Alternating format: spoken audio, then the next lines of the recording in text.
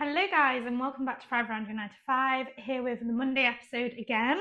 Exciting because today we are not only on Spotify but we are also on YouTube, getting a video version of this up, so you're going to have to bear with me with this one today because it's a little bit different, but I wanted to expand a little bit because I just feel like it's so great I know some of you like to listen to these things on the go, in the car, whatever that might be. Some of you like to chill and watch these things at home, so trying to do a bit of both. It's very much a learning curve for me, so you'll have to be patient with me and my editing, but we will get there. Got a little coffee, oat milk latte to get me through. But yeah, I'm excited for today's episode. So today we're going to be talking about kind of a bit of a psychological concept really, but this psychological concept really intertwines into lots of areas of life. And when I did a workshop and a training around this last week, and when I was thinking about it, I was like, actually, this applies to so many different areas. And you know, when you listen to somebody talk and you're like, oh my goodness, like this relates to me so much. This last year, I've been so stuck in this, and I could not believe how much I resonated with this. And I was like, you know what? How could this help other people? Because I'm a firm believer that knowledge is power. And if you know that you're doing something or acting in a certain way and there's a reason behind it, I feel like it's so much easier to take ownership of that, and really take control of where you're at with that. So yeah, today we're going to be talking about something called the sunk cost fallacy. And it's really weird because I was listening to one of Jay Shetty's podcasts earlier. He is one of my absolute faves. Go and give him a listen if you've not listened already. And he mentioned this in one of the podcasts that he was talking about. And I thought, you know what, like, I did a training on that last week. This is something I really want to talk about in a little bit more detail. I really want to think about how this links to my clients, how this links to people who are trying to be on their fitness journey, how this links to people in everyday life, and you know what the things are that are around that are stopping us from progressing, whether that's in ourselves, whether that's with our health and well-being, whether that's with our fitness, whether that's just like feeling better as a all-rounded person. And this is what this podcast is all about. Like, although a lot of it is health and fitness and well-being, I very much want it to be you becoming that better version of you in whatever shape or form that might be, or however that looks. And I think the sunk cost fallacy is such a way for us to really think about that, because I think so many people have this ingrained in them and are so stuck with it as well. So if this is completely new to you and you've not heard of it before, so the sunk cost fallacy is basically when you are investing in something, whether that's time, whether that's financially, whatever that might be, because you have already spent so long investing in said thing or so long putting time into said thing, you continue to do that even though you might know that it's not working or not the right thing for you. So, for example, I think some of the prime examples of this, and these were the ones that were kind of spoke about when I did my talk last week, a career is a really big one for this. So, some of you might know that if you have been to university, you studied really hard, you spent a lot of time working on yourself, building yourself, trying to look into a career that works for you. And then when you go and do that career, you're 6 months down the line and you suddenly realize, oh my goodness, like, I absolutely hate this. Or, oh my goodness, like, this isn't for me. And you then think, well, actually, I cannot go back on this because this is my career now. Like, I've spent 5 years at university training for this. I've spent 3 years working. Like, I've just got to carry on with where I am now because I've already made a start to it all. And it's investing in something, even though, right, even though you know it's not the path that you want to follow, you continue doing it because you've started on it. I think another example of this, and lots of people get stuck on this in a relationship. So maybe you've been in a relationship for a long period of time and you are worried about leaving that relationship because you're thinking the grass isn't always greener. You're thinking, I spent this much time investing into this person. I don't want to leave this person because I spent all this time investing into him. But no matter whether it's 5 years, 10 years, whatever it is, would you rather spend another 5 years and 10 years with the wrong person or finding your person? It is that mindset shift. Again, with friendships, like, I've been friends with this person all my life. I know who they are, like, they know me inside out. But if that friendship is no longer serving you, why are you going to continue with that friendship for another 5, 10 years if it's no longer serving you? And the sunk cost fallacy is that we stay in these positions, we stay stuck. So if you are in a career that you're not enjoying, you stay there, even though you're not enjoying it, because that is what you've known, that you've been doing that for the last 5 years, the last 6 years. So you think that's where you need to continue and what you need to continue with. You're in a relationship that you don't enjoy, but because you have been in that relationship for so long, you stay in that relationship because you don't know what else to do, you don't know where else to go. You're in that friendship, you don't know where else to go or what else to do. And it's basically because we've put all this initial investment into something, we're scared, A, to move that investment into something else, but also we're really worried about what might be the other option to it. Like, we don't know what's on the other side, and that can be quite scary at times and quite daunting at times as well. And I think when I was really thinking about this and looking into the reasons why we act in this way, why we do that, because when you think about it logically, like, all of us can sit here and be like, oh yeah, well, why would it, like, if you look from an outside perspective and someone came up to you and was like, I absolutely hate my relationship, my partner doesn't support me, I don't get what I want from it, but I've been with this person for 5 years, so I may as well be with them for the rest of my life. Like, if somebody came up to us and actually said that to us, if one of your friends came up to you and said that to you, like, your response would not be, okay, well, you may as well continue with that relationship for the next 5 years because that you've already done 5 years of it. Like, you wouldn't say that. You would be like, well, don't waste another 5 years doing something or acting in a way that you don't want to act. Like, go and change it. That's what you need to go and do. And I think that's what really important to think about with all of this. Like, you want to be thinking about the future. Like, to me, the past does not exist, and you need to be looking at what's next. How can you change things from now? How can you make a difference from now?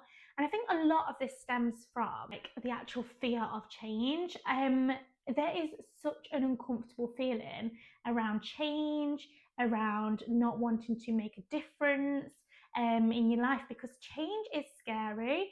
You are, at the end of the day, like, evolutionary, you want to stay in a position where you are safe.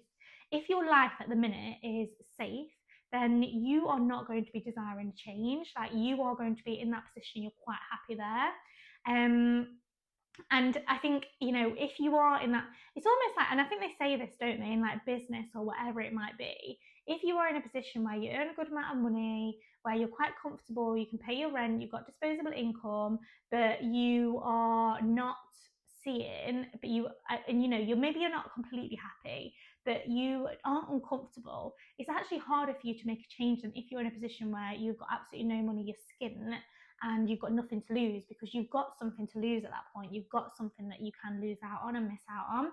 And I think that's like, the fear of change is so crazy, and it's so easy to get trapped into that and not wanting to make a change because you're worried about what the other side might be. This is like massive, I think, in like relationships and things like that. Like, you stay stuck in a relationship because you're so scared about what the other side of it might be. Like, how will you be alone? How will you be with somebody else? Like, what if somebody else isn't as good to them as you? What if you don't have the lifestyle that you live at the minute? And I think we get so stuck in this fear of change because change is uncomfortable. And it is so normal to feel like that as well.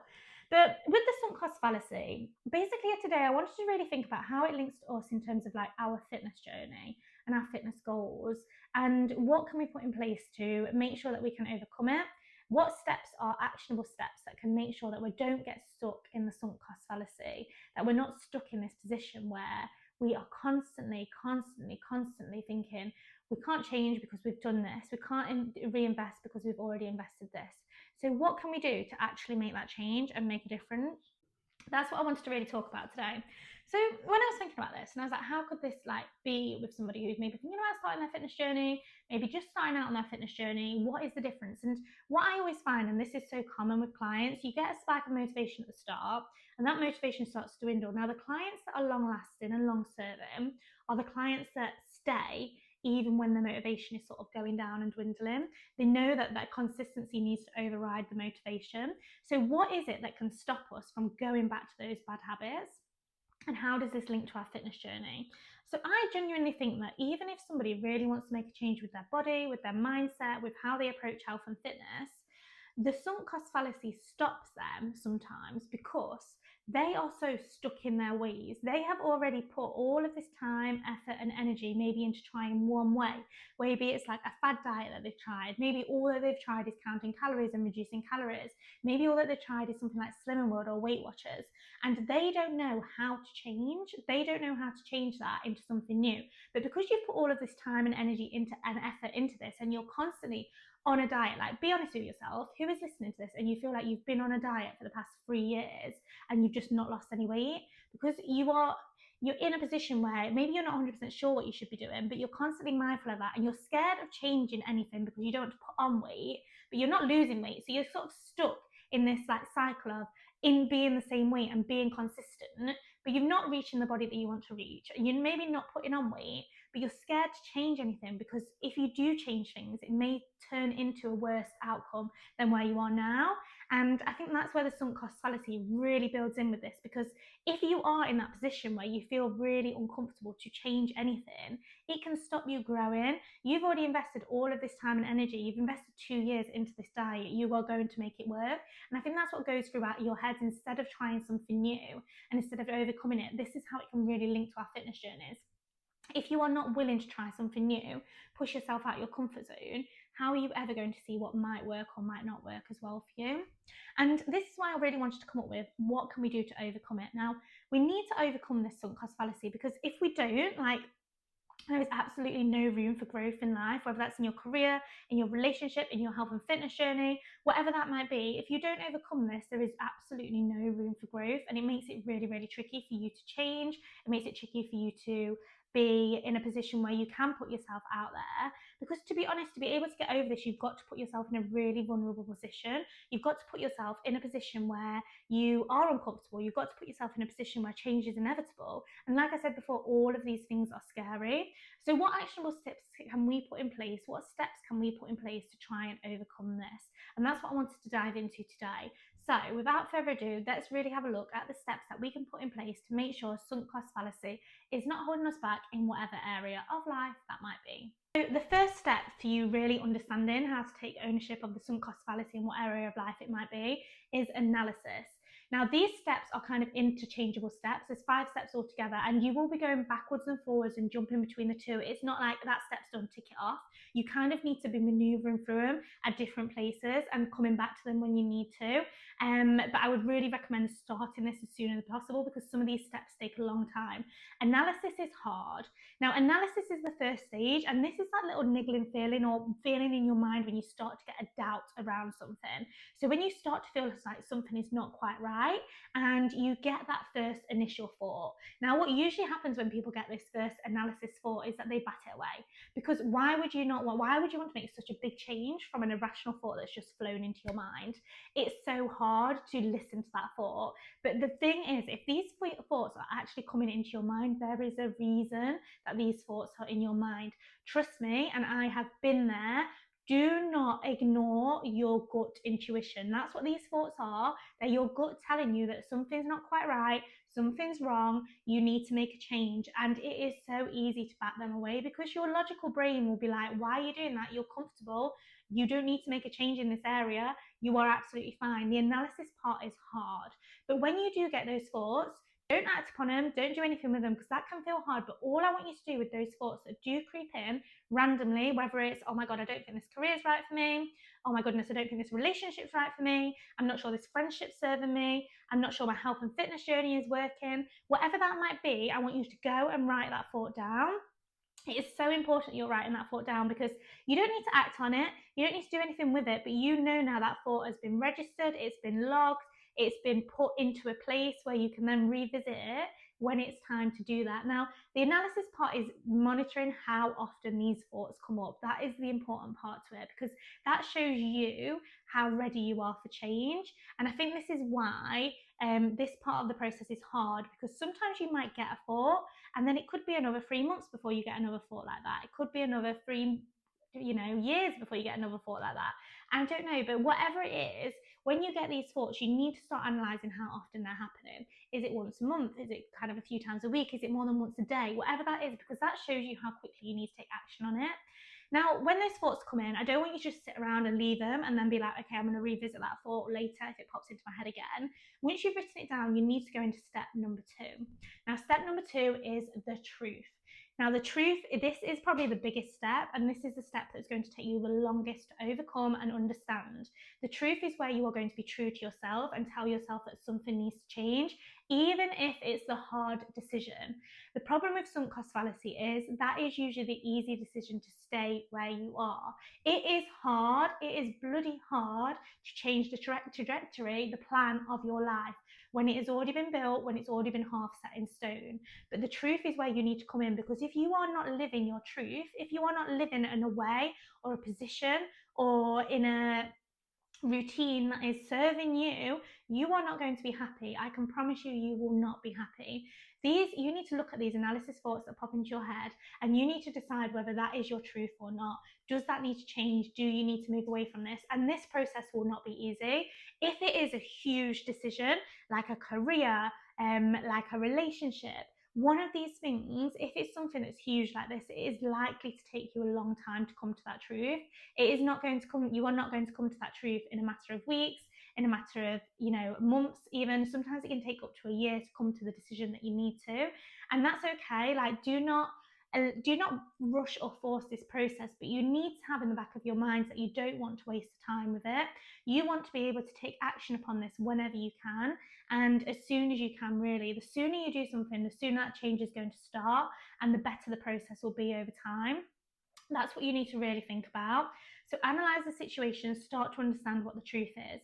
I personally went through so much of this last year. As you guys know, I was a teacher, and then I've gone into the coaching space this year, and I have really, really put myself in a position where I had to put myself out of my comfort zone. And the analysis was first that I didn't really want to do teaching as a full-time job anymore. That took me a while. I had been teaching for 6 years before this. I had trained at university. I did psychology at university, so it wasn't directly teaching, but I had done a 2 years postgrad course. I then worked as a teacher for 6 years, and it was hard for me to think, and I built myself into a really good position in that career. Like, I had a leadership role, I was getting paid very well, and it was very difficult for me to look at that position and be like, okay, am I going to actually leave this for no guaranteed income, something that's completely my own business?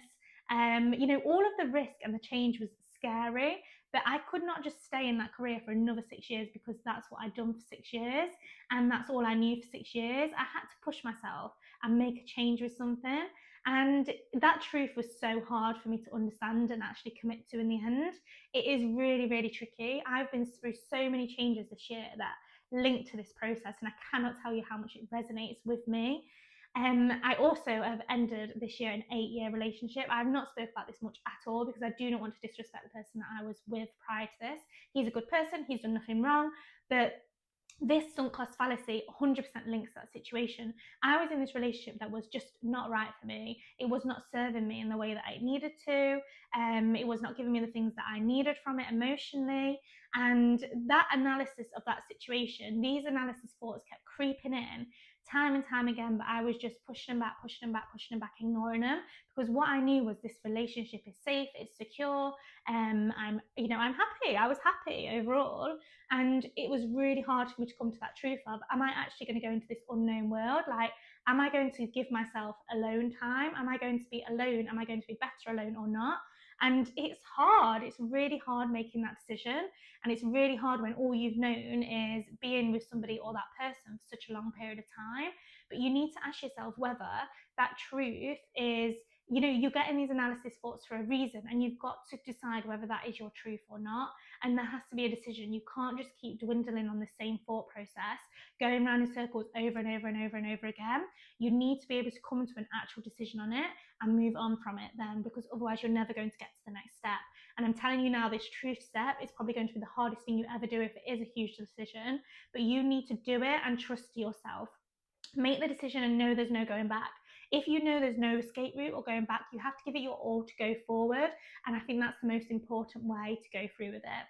The third area is stop. So whatever you're doing that's wrong, it needs to stop now. This is the part where the decision making comes in, okay? So you've had your analysis, you've decided your own truth inside your head. Now it's a stop. So this is where you're actually going to go and vocalize that and take the steps to start changing these things.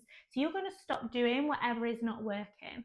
So if it is your career, for example, this is where you need to think, okay, I'm going to take my emotional resource. Obviously, you can't just stop going to work. That doesn't happen. But you can think, okay, I'm going to take my emotional energy out of this, my emotional resources out of this. It's time to bring them back. The reason you need to bring them back before you move on to the next stage is because there is going to be a period of mourning almost. It is like, it's a part of you. Whatever way you look at it, whatever part of this life this might be, it is a part of you. For you, like when I was teaching, I was a teacher. Like when I would meet people, I would be like, I'm a teacher. It was part of who I was. And you are almost going to be mourning and knowing that part of you is going to be going. And it will be sad because there would have been happy times in that career. There would have been happy times in that relationship. It's a huge part of your life that is now going and being locked away almost. And you don't want to have this feeling of regret, of unlove, of not wanting that to have happened, whatever it might be. So you need to, whatever that is, there needs to be an element of stop, whether that's taking yourself out of it emotionally, or whether you are in the position to actually be like, okay, I'm going to stop this altogether. For example, if it's a relationship, you need to, and you know you can leave that relationship and you're going to be okay without having an immediate plan, then there's that stop that's just put in place, and you need to put it in place so that you can move on from it. That is the main area that you need to do. You need to put that stop in place. You need time to grieve. You need time to think about it. You need time to emotionally overcome all of these things that have been going through your mind. It's a big deal to make these changes, and that's what you need to do. Number 4 is to then make your plan. Now, this stop one again can come in between with these, because I understand not everyone is in the position to be able to just leave a job before they make a plan for their next one. Most people can't do that. Not everybody's in a position where they can just leave a relationship even though they know it's not right for them. I would actually say start to think about number 4 before you make your stop decision, because your stop decision can be an emotional switch off. It doesn't need to be a physical switch off. Like, it's time for you to put yourself first, and you need to start having a contingency plan in your head of how you're going to get out of this situation and put yourself in a different situation. Do not, in all of this, leave yourself vulnerable. You need a plan, whether or not that is a new fitness adventure that you're going to go on. Don't just leave what you're doing currently to put yourself backwards. Whether that's your career, you need a plan of where you're going next. So this can come interchangeably with the stop section, but making that plan is so important. And this is where the logical side of the brain really needs to come in and take over. Needs to take over. You need to make sure that you have got that plan in place so that you can come into this with confidence. When you do leave whatever situation it is that's not serving you, you will be so much more confident if you have a plan there that you can align with, that you can fit and slot into place. Now, you want this plan to be as detailed as possible. You want to know your hows, you want to know your whens, you want to know your whys, you want to know what your next steps are, what your first steps are. You at least want to have sort of like 5 steps following on from this. I'm going to do this, then this, then this, then this, and this. You are not going to have it all figured out, but you do need to have a little bit of a plan to know that you're going to be okay, to know that you're going to be safe, to know that you are going to be able to look after yourself and be independent in terms of wherever you're at, whatever that situation is. You need to have that plan. If you have not got that plan there, and being realistic now, this is not just, I don't want this podcast to all be sort of like this wishy-washy stuff that you can't really put in place. Like, you need to look after yourself and you need to have that plan there. Otherwise, it's just not going to happen. You can't get to where you need to be. Now, the 5th and final step of all of this is to finally take action. Whatever you have been thinking about, whatever you are trying to move on from, whatever you are trying to get over, the next step is actually taking action.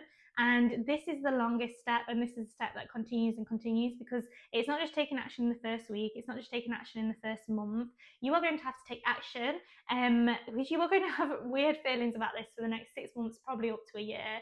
There are going to be times when it's hard and you're going to be doubting if it's the right decision that you made.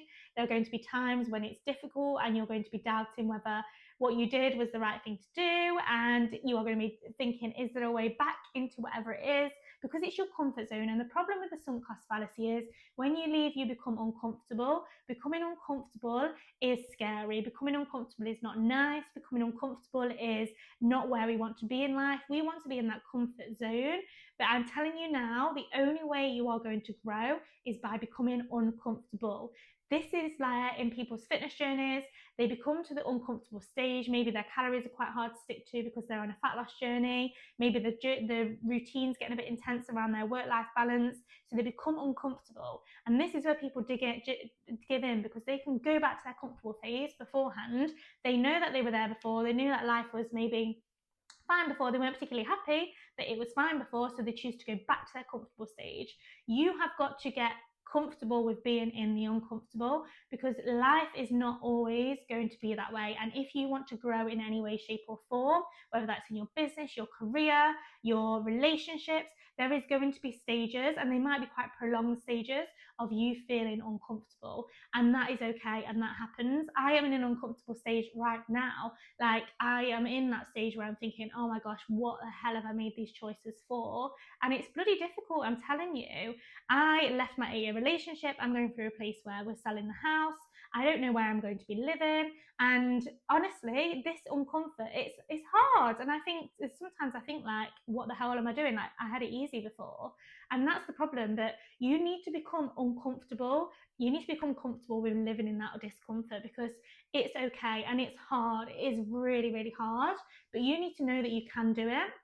And you need to know that you're strong. All of these situations make you a stronger person, and you can get to where you need to be. Now, I want you to really think about the sunk cost fallacy and have a think about where it is impacting your life, because it is quite often that these smaller areas or the bigger areas have such an impact on all the other areas that drift from it. They have an impact on our behaviour, our actions, how we respond to things. And you want to be in that position, in that place where you are feeling more content, where you are feeling happier. And that is so, so important. So, a little bit of a recap on the 5 steps. You've got step number 1, analysis. The first initial thoughts that fly into your brain telling you that something is not quite right. Step number 2, the truth. This is understanding that the analysis thoughts that have come into your brain are actually your truth, and that's when you know you need to start acting upon them. The number 3 is the stop.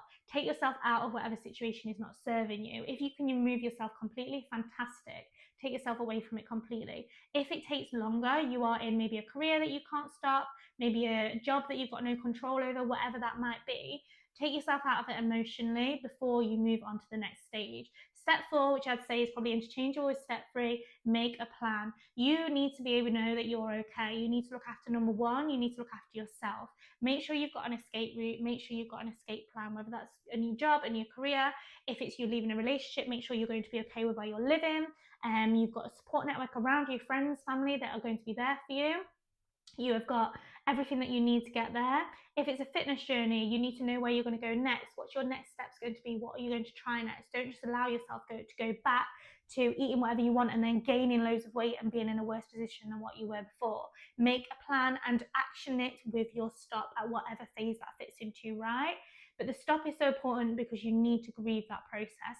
And finally, take action. Now, remember, this action step isn't just making that decision and going with it. The action step lasts for a period of time. You're going to be in that action step for 3-6 months, because you are going to be going through the feelings. And I'm telling you now, it is not going to be easy. And there will be times when you think, I'm just going to throw the towel in and go back to where I was. I'm going to throw the towel in and go back to my career in this. I'm going to throw the towel in, I'm going to go back to that person because it was comfortable. You need to remember that you are not going to do that. You are going to take action on these steps. You are going to move forward. You are going to know that there's no backwards. That door is shut. That door is locked. You have to move forward. Throw yourself into the moving forward. That's what we're doing. So, if you like today's episode, I really appreciate you for listening. If you managed to get this far, please like and subscribe to my channel if you can. It supports me. I'm planning to get these episodes up on YouTube on a more regular basis, so that you can watch them as well as listen to them on the podcast as well. And there's just more platforms for us to connect, basically. But yeah, thank you so much for watching. I appreciate you. I hope that was useful. This has definitely been useful for me to just even reflect on during this episode today, because I feel like it is so close to my heart at the minute, this fallacy. And honestly, when someone talks about something, when you're actually going through it, you're like, wow, that is why. And I just hope that this can help you on your journey, whatever that might be, shape or form, or wherever that comes in. Yeah, love you all so much. Thank you for listening, and we shall catch up soon.